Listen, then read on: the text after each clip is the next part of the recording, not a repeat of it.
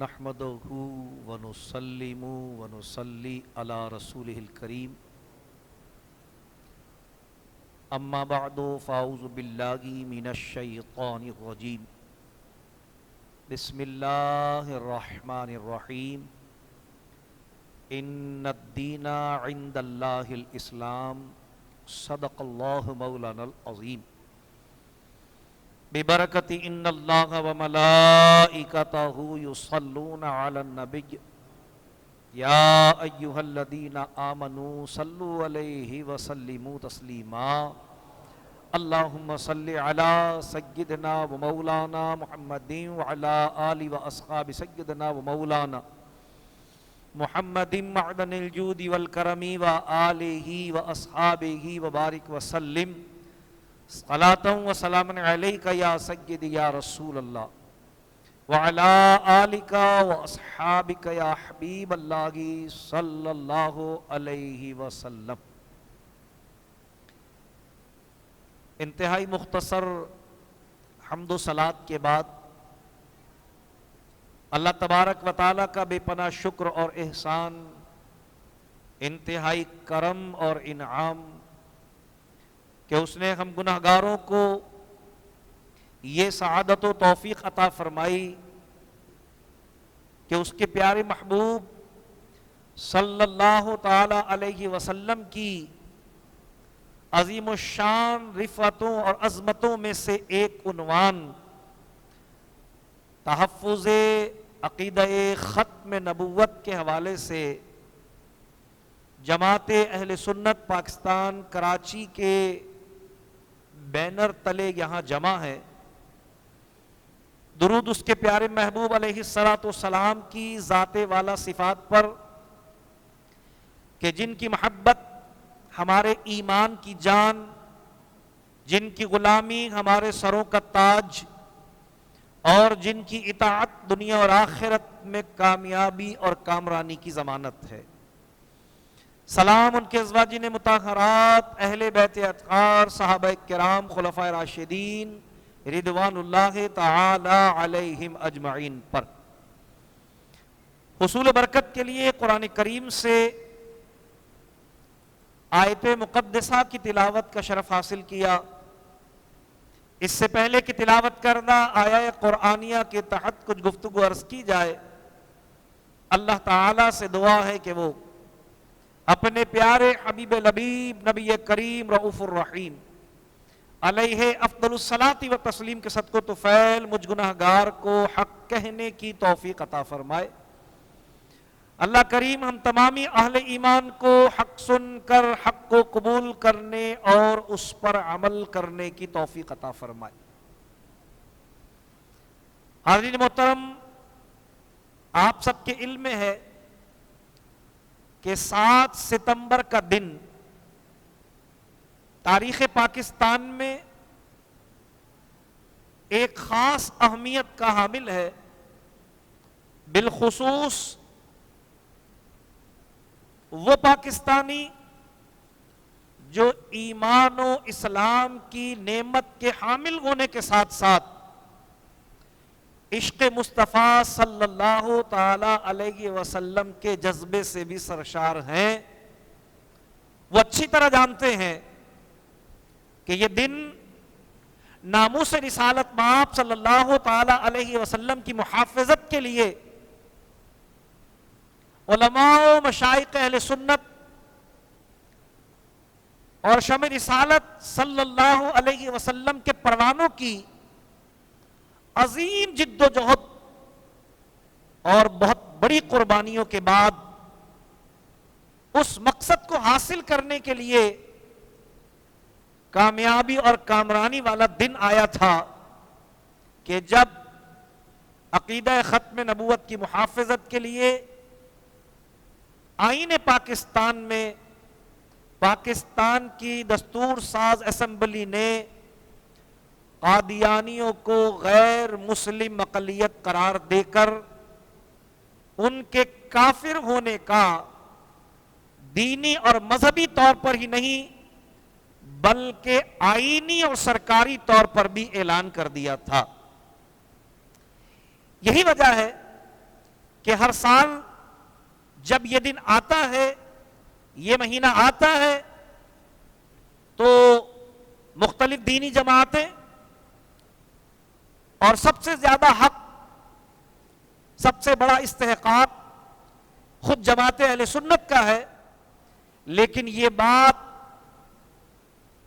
Record پر موجود ہے کہ نہ صرف اس کی قیادت علماء اہل سنت، علامہ شاہ احمد نورانی صدیقی رحمۃ اللہ علیہ، علامہ عبد المصطفیٰ اظہری رحمۃ اللہ علیہ، علامہ عبد الستار خان نیازی رحمۃ اللہ علیہ اور دیگر اکابرین نے فرمائی، بلکہ قانون ساز اسمبلی میں پیش کی جانے والی قرارداد بھی انہی علماء کرام کے ہاتھوں پیش کی گئی، اور پھر اس قرارداد کو منظور کرنے سے پہلے حکومت کی جانب سے جب یہ اعلان کیا گیا کہ اس ایک طبقے کو غیر مسلم اقلیت قرار دینے سے پہلے یہ ضروری ہوگا کہ مسلمان کی کوئی ایسی متفقہ تعریف پیش کی جائے کہ جس تعریف پر یہ طبقہ پورا نہ اترتا ہو، اور اس کے نتیجے میں یہ فیصلہ کیا جائے کہ کیونکہ مسلمان کی تعریف تو یہ ہے، اور یہ افراد و اشخاص جو اپنے آپ کو مسلمان کہہ رہے ہیں اس تعریف پر پورے نہیں اترتے، لہذا یہ طے ہے، یہ واضح ہے، یہ ظاہر ہے کہ یہ لوگ اسلام کا نام لینے والے ضرور ہیں، یہ لوگ اپنے آپ کو مسلمان کہنے والے ضرور ہیں، لیکن یہ حقیقتاً مسلمان اور صاحب اسلام نہیں ہیں۔ نتیجہ یہ ہوا کہ الحمدللہ یہ قربانیاں رنگ لائیں، جد و جہد اپنے منطقی انجام کو پہنچی، اور قادیانیت کے تابوت میں لاہوری گروپ کے عنوان کے ساتھ بھی، احمدی گروپ کے عنوان کے ساتھ بھی، مرزائی گروپ کے عنوان کے ساتھ بھی قادیانیت کے تابوت میں ایسی آخری کیل ٹھوک دی گئی کہ اب ہمیشہ ہمیشہ کے لیے قادیانی نہ صرف یہ کہ اس ملک میں دینی اور مذہبی طور پر غیر مسلم اقلیت اور کافر ہے، بلکہ آئینی اور قانونی طور پر بھی ان کو غیر مسلم اقلیت اور کافر قرار دے دیا گیا۔ اس دن کی یاد منانے کے لیے، اس مشن میں اور اس تحریک میں قربانیاں دینے والوں کی قربانیوں کو سلام عقیدت پیش کرنے کے لیے، اور اس راستے میں اپنے شب و روز، اپنے صبح و شام اور اپنی تمام صلاحیتیں اور سارے وسائل لگا دینے والے علماء اور مشائخ کی عظمتوں اور عزتوں کو ہدیہ تبریک پیش کرنے کے لیے جماعت اہل سنت ہر سال پورے پاکستان میں قریہ قریہ، بستی بستی، مسجد مسجد، محلے محلے، گاؤں گاؤں، شہر شہر، صوبے صوبے الحمدللہ تحفظ عقیدہ ختم نبوت کے حوالے سے کانفرنسز کا انعقاد کرتی ہے۔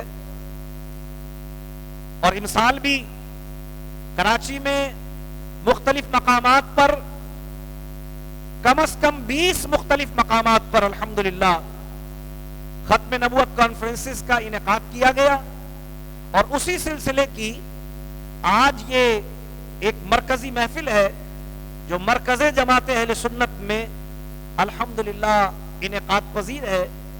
میں بحیثیت ناظم اعلیٰ تمام علماء کرام کو بالخصوص اور تمام عاشقان رسول اللہ صلی اللہ علیہ وسلم کو بالعموم ہدیہ تبریک پیش کرتا ہوں، ستائش پیش کرتا ہوں، شکریہ ادا کرتا ہوں کہ آپ نے اپنی غیرت ایمانی کا مظاہرہ کرتے ہوئے اور اپنے جذبہ ایقانی کا اظہار کرتے ہوئے الحمدللہ جماعت اہل سنت کی دعوت پر یہاں اپنی شرکت کو یقینی بنایا۔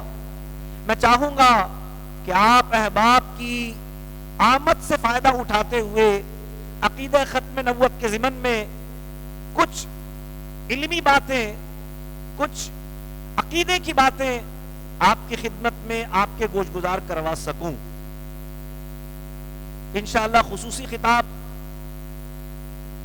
لاہور سے تشریف لائے ہوئے عظیم اسلامی اسکالر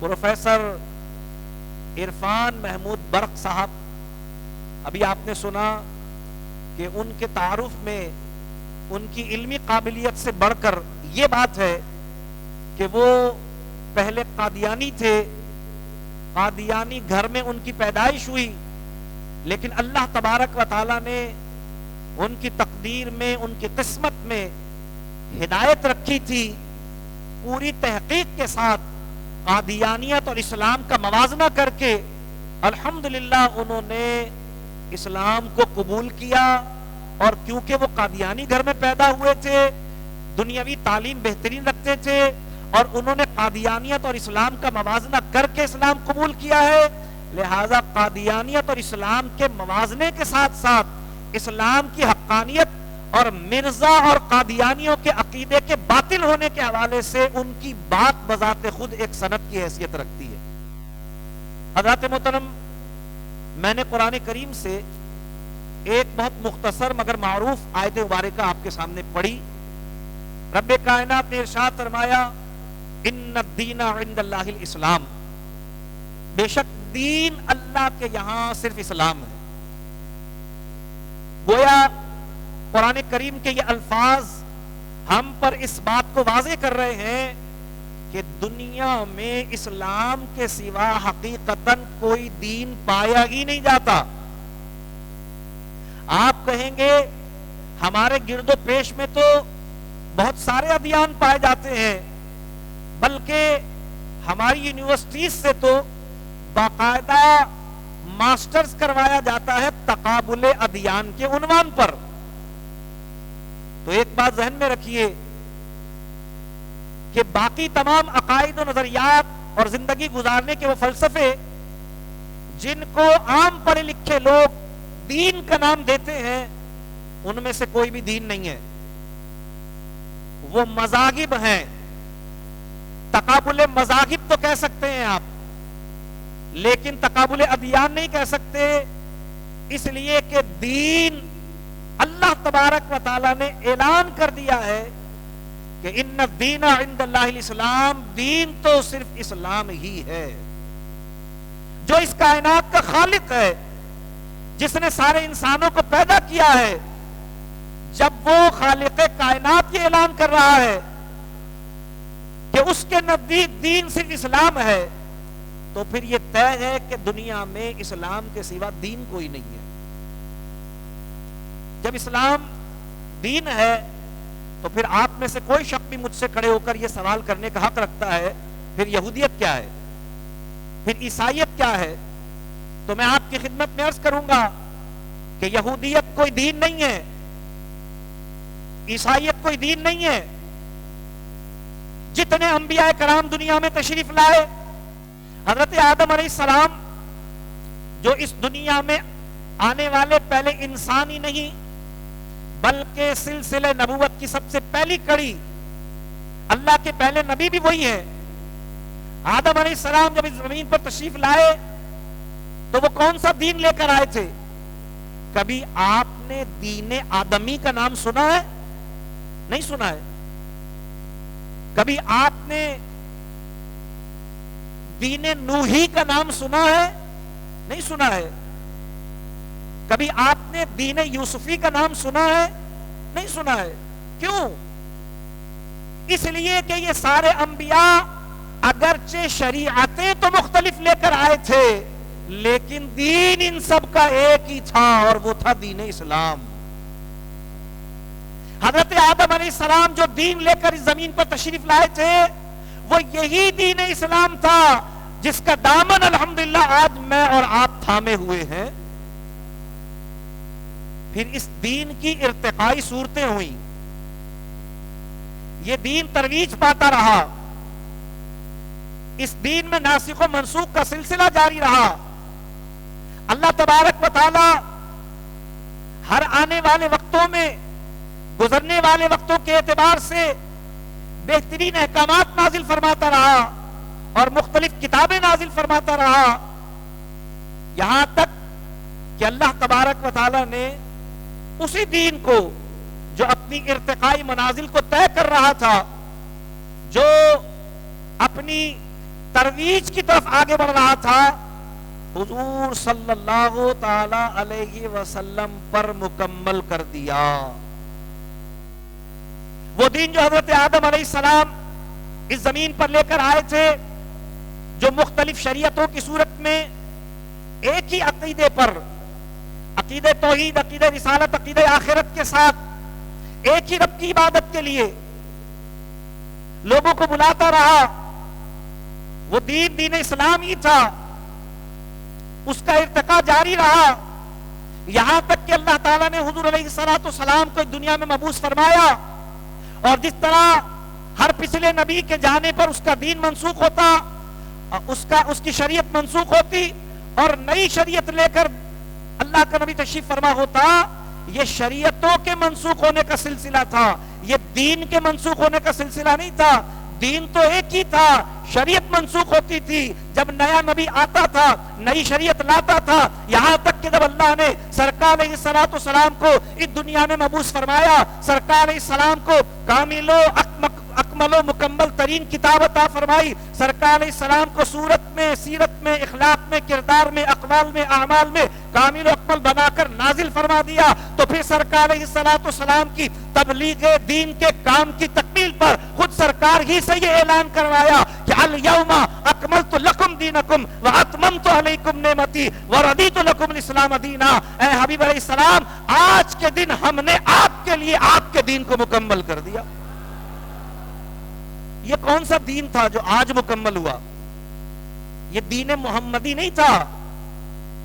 پھر میں کہہ رہا ہوں، جس طرح دین آدمی کوئی چیز نہیں ہے، جس طرح دین نوحی کوئی چیز نہیں ہے، جس طرح دین ابراہیمی کوئی چیز نہیں ہے، جس طرح دین عیسوی کوئی چیز نہیں ہے، بلکہ یہ سارے کے سارے نبی ایک ہی دین اسلام لے کر دنیا میں تشریف لائے۔ اگرچہ ان کی کتابیں الگ الگ ہوئیں، اگرچہ ان کے صحیفے الگ الگ ہوئے، اگرچہ ان کی شریعتیں الگ الگ ہوئیں، اگرچہ احکامات میں اختلافات رہے، یعنی مختلف احکامات ہوئے، لیکن ایک عقیدہ توحید کے ساتھ، ایک عقیدہ رسالت کے ساتھ، ایک عقیدہ آخرت کے ساتھ اللہ تبارک و تعالیٰ نے جو دین دے کر حضرت آدم علیہ السلام کو بھیجا تھا، اسی دین کی تکمیل اللہ نے حضور علیہ السلام کی ذات پر اس آیت کے نزول کے ساتھ فرمائی کہ الیوم اکملت لکم دینکم واتممت علیکم نعمتی۔ آج کے دن ہم نے آپ پر آپ کے دین کو مکمل کر دیا۔ یہ آپ کا دین کیوں کہا اللہ نے؟ اس لیے کہ ہر نبی دین لے کر آتا ہے، ہر نبی دین لے کر آتا ہے۔ حبیب علیہ السلام جو دین آپ لے کر آئے تھے، یعنی وہ دین اسلام جو حضرت آدم علیہ السلام سے ابتدا پذیر ہوا تھا اور ارتقا پذیر رہا تھا، آپ کی ذات پر آ کر جب آپ دنیا میں تشریف لائے تو ہم نے قول کے اعتبار سے بھی اور فعل کے اعتبار سے بھی آپ پر آپ کے دین کو مکمل کر دیا۔ الیوم اکملت لکم دینکم واتممت علیکم نعمتی فرما دیا۔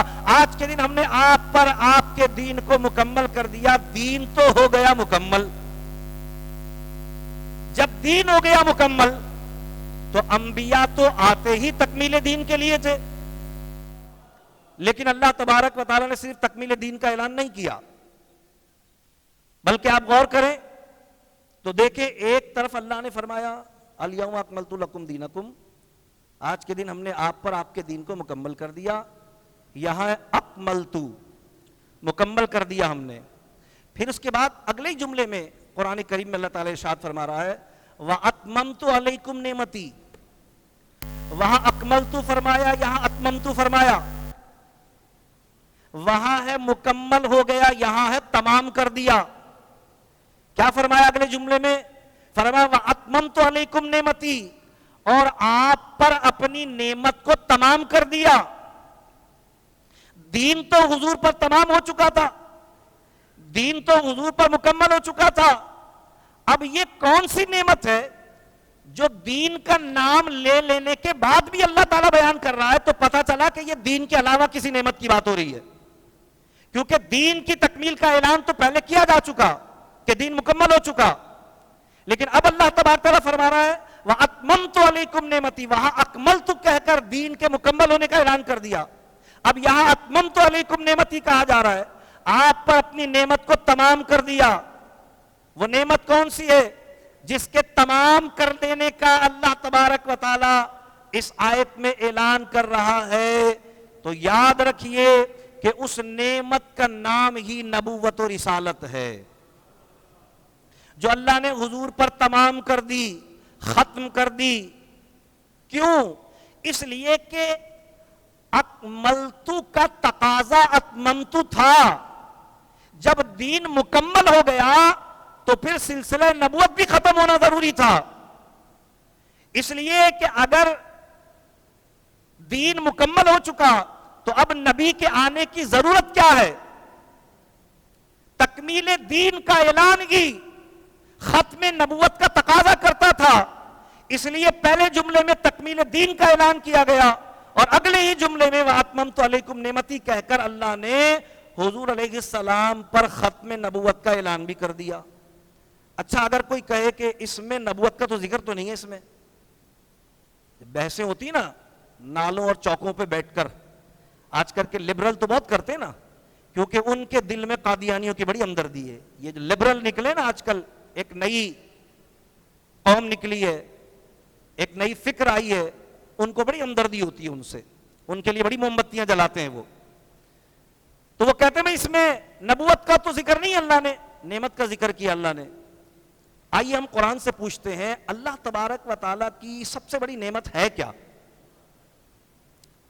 دیکھیے اللہ تبارک و تعالیٰ نے اپنے بندوں کو، لوگوں کو، انسانوں کو اتنی نعمتیں عطا فرمائی ہیں، اتنی نعمتیں عطا فرمائی ہیں کہ اللہ تعالیٰ قرآن کریم میں ارشاد فرماتا ہے وَإِن تَعُدُّوا نِعْمَتَ اللَّهِ لَا تُحْصُوهَا، اے لوگوں اگر تم میری عطا کردہ نعمتوں کو شمار کرنا چاہو، گننا چاہو تو تم گن نہیں سکتے، شمار نہیں کر سکتے۔ ان گنت لا تعداد انکاؤنٹیبل نعمتیں اللہ تبارک و تعالیٰ نے عطا فرمائی اپنے بندوں کو۔ جو نعمت کے ملنے کا اقرار کرتے ہیں یعنی اہل ایمان، ان سے تو اللہ یہ فرما رہا ہے کہ تم بس شکر کیے جاؤ، اور کبھی یہ مت سمجھ لینا کہ تم میرے شکر کا حق ادا کر سکتے ہو، اس لیے کہ نعمتیں میری اتنی ہیں کہ تم میری نعمتوں کو شمار نہیں کر سکتے، اور جن نعمتوں کو شمار کرنا تمہارے لیے ممکن نہیں ہے، ان نعمتوں کے ملنے پر شکر کے حق کا ادا کر دینا تمہارے لیے کیسے ممکن ہو سکتا ہے؟ لیکن تم شکر کیے جاؤ۔ اور وہ جو کفر کرنے والے، جو انکار کرنے والے، اللہ نے ان سے فرمایا فَبِأَيِّ آلَاءِ رَبِّكُمَا تُكَذِّبَانِ، تم اللہ کی کون کون سی نعمتوں کو جھٹلاؤ گے؟ اتنی ہیں کہ تم گن بھی نہیں سکتے، اتنی عطا کی ہیں نعمتیں میں نے، تو انکار کر کر کے تھک جاؤ گے تم، اتنی میری نعمتیں ہیں، تو بے وقوفی نہ کرو بلکہ انکار کرنے کے بجائے اقرار کرو اور ایمان لاؤ۔ تو اللہ تبارک و تعالیٰ نے بے شمار انگنت نعمتیں عطا فرمائی ہیں جو کہ سب کو عطا فرمائی ہیں، لیکن اللہ تبارک و تعالیٰ کے اس دنیا میں کچھ بندے ایسے ہیں جن کو اللہ نے عمومی نعمتوں کے ساتھ ساتھ خصوصی نعمتیں بھی عطا فرمائی ہیں۔ عمومی نعمتیں تو سب کو ملی ہیں، خصوصی نعمتیں کسی کسی کو ملی ہیں۔ وہ خصوصی نعمتیں اللہ نے جنہیں عطا فرمائی ہیں ان کی 4 کیٹیگریز ہیں جن کو قرآن نے بیان کیا ہے، یعنی اللہ کے بندوں میں سے وہ خاص بندے جن کو اللہ نے خصوصی نعمتیں عطا فرمائی ہیں وہ 4 قسم کے بندے ہیں۔ کون کون سے ہیں؟ اللہ قرآن میں فرماتا ہے انعم اللہ علیہم من النبیین والصدیقین والشہداء والصالحین، اللہ کی نعمت سب سے بڑھ کر، سب سے پہلے، سب سے زیادہ، سب سے اعلیٰ ان خوش نصیبوں کو ملی جنہیں اللہ نے نبوت عطا فرمائی۔ سب سے بڑی نعمت اللہ کی کیا ہے؟ نبوت۔ اللہ نے اپنے بندوں میں سے جس کو جو کچھ عطا کیا اس میں سب سے خوش نصیب بندہ وہ ہے جسے اللہ نے منصب نبوت عطا فرمایا۔ آ گئی بات سمجھ میں آپ کی؟ اب دیکھیے اس کے بعد باقی 3 انعام یافتگان کا ذکر ہے، صدیقین کا، شہداء کا، صالحین کا۔ تو سب سے بڑی نعمت اللہ تبارک و تعالیٰ کی کیا ہے؟ سب سے بڑی نعمت اللہ تبارک و تعالیٰ کی ہے نبوت۔ اللہ تبارک و تعالیٰ نے اپنے انعام یافتہ بندوں میں فرسٹ آف آل، سب سے پہلے، سب سے آگے جن کا ذکر کیا ہے وہ نبی ہے۔ تو پتا چلا کہ اللہ کی نعمتوں میں سے اللہ کی سب سے عظیم نعمت جو اپنے بندوں میں سے اس نے کسی کو عطا کی ہے وہ منصب نبوت ہے. اور کیونکہ اللہ تبارک و تعالیٰ نے حضور صلی اللہ تعالی علیہ وسلم کو صرف نبی نہیں بنایا, نبوت تو اللہ نے پیچھے اور ہزاروں کو عطا فرمائی, لیکن اپنے حبیب علیہ السلام کو اللہ نے صرف نبی نہیں بنایا بلکہ امام الانبیاء بنایا. لہذا رب کائنات نے ارشاد فرمایا وَأَتْمَمْتُ عَلَيْكُمْ نِعْمَتِي, محبوب علیہ السلام یہ نعمت نبوت جیسی آپ کو عطا کی ہے آپ سے پہلے کسی کو عطا کی نہیں اور آپ کے بعد تو کبھی کسی کو عطا کی ہی نہیں جائے گی. تو یہ اتممتو کے جو الفاظ ہیں نا یہ ختم نبوت کا اعلان ہے. نبوت ختم ہو گئی, اب کوئی نبی نہیں ہوگا.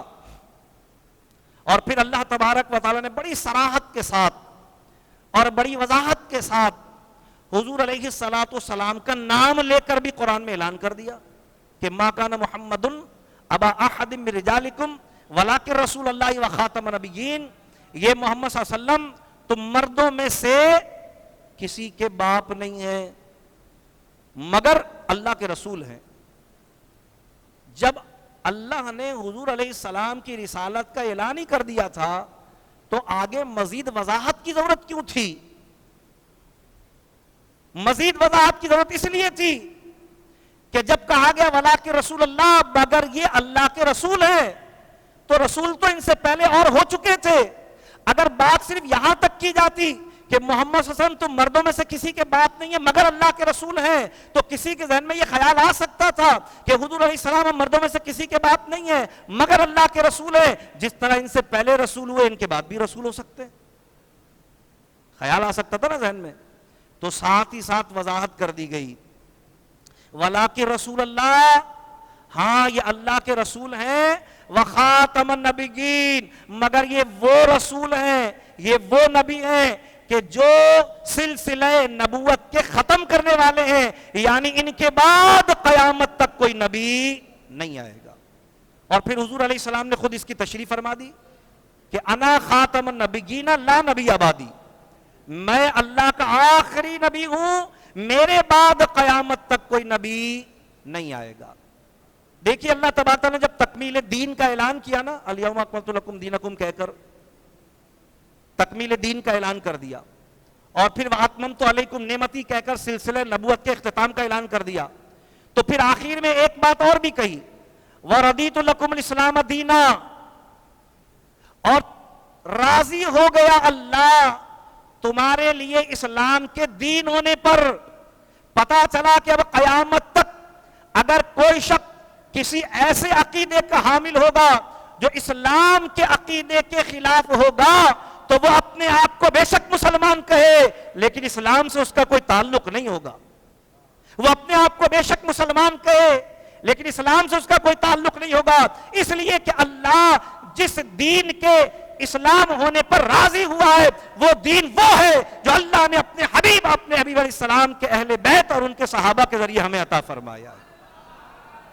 تکمیل دین ہو چکی, سلسلہ نبوت کا اختتام ہو گیا, اور حضور علیہ السلام نے خود اس کی وضاحت کر دی انا خاتم النبیین لا نبی بعدی, میں اللہ کا آخری رسول نبی ہوں, میرے بعد اب قیامت تک کوئی نبی اور رسول نہیں آئے گا.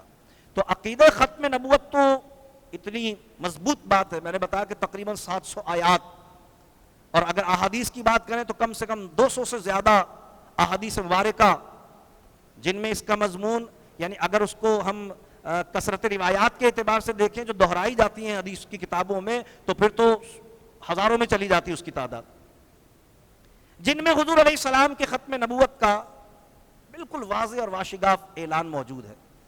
دیکھیے میں آپ کو چھوٹی سی بات کہہ کے اپنی بات ختم کروں گا, اور میں بڑی ذمہ داری سے کہہ رہا ہوں, آپ یہ سمجھ لیں کہ یہ پالیسی بات ہے. وہ کیا ہے؟ وہ یہ ہے کہ اگر واقعتاً ہم عقیدہ ختم نبوت کے تحفظ کی بات کر رہے ہیں تو بات پھر سے عنوان ختم نبوت تک نہیں رہے گی, بات صرف حضور کی ناموس رسالت پر تقریر کرنے تک نہیں رہے گی.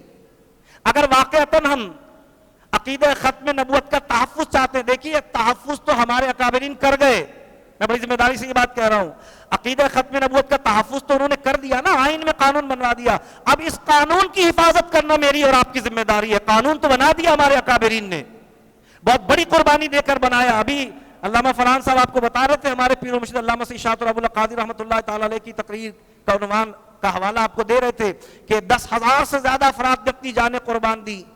صرف ایک مسجد وزیر خان میں اتنے افراد شہید ہوئے کہ شاہ صاحب قبلہ رحمۃ اللہ فرمایا کرتے تھے کہ بس جو لاشوں کے نیچے دبے ہوئے تھے وہ لوگ رہ گئے تھے, وہ زندہ بچ گئے تھے. تو اتنی عظیم قربانیوں کے ساتھ قانون تو بنا دیا انہوں نے, لیکن اس قانون کی حفاظت کون کرے گا؟ یہ میری اور آپ کی ذمہ داری ہے. یہ میری اور آپ کی ذمہ داری ہے کہ ہمیں اس قانون کی حفاظت کرنی ہے.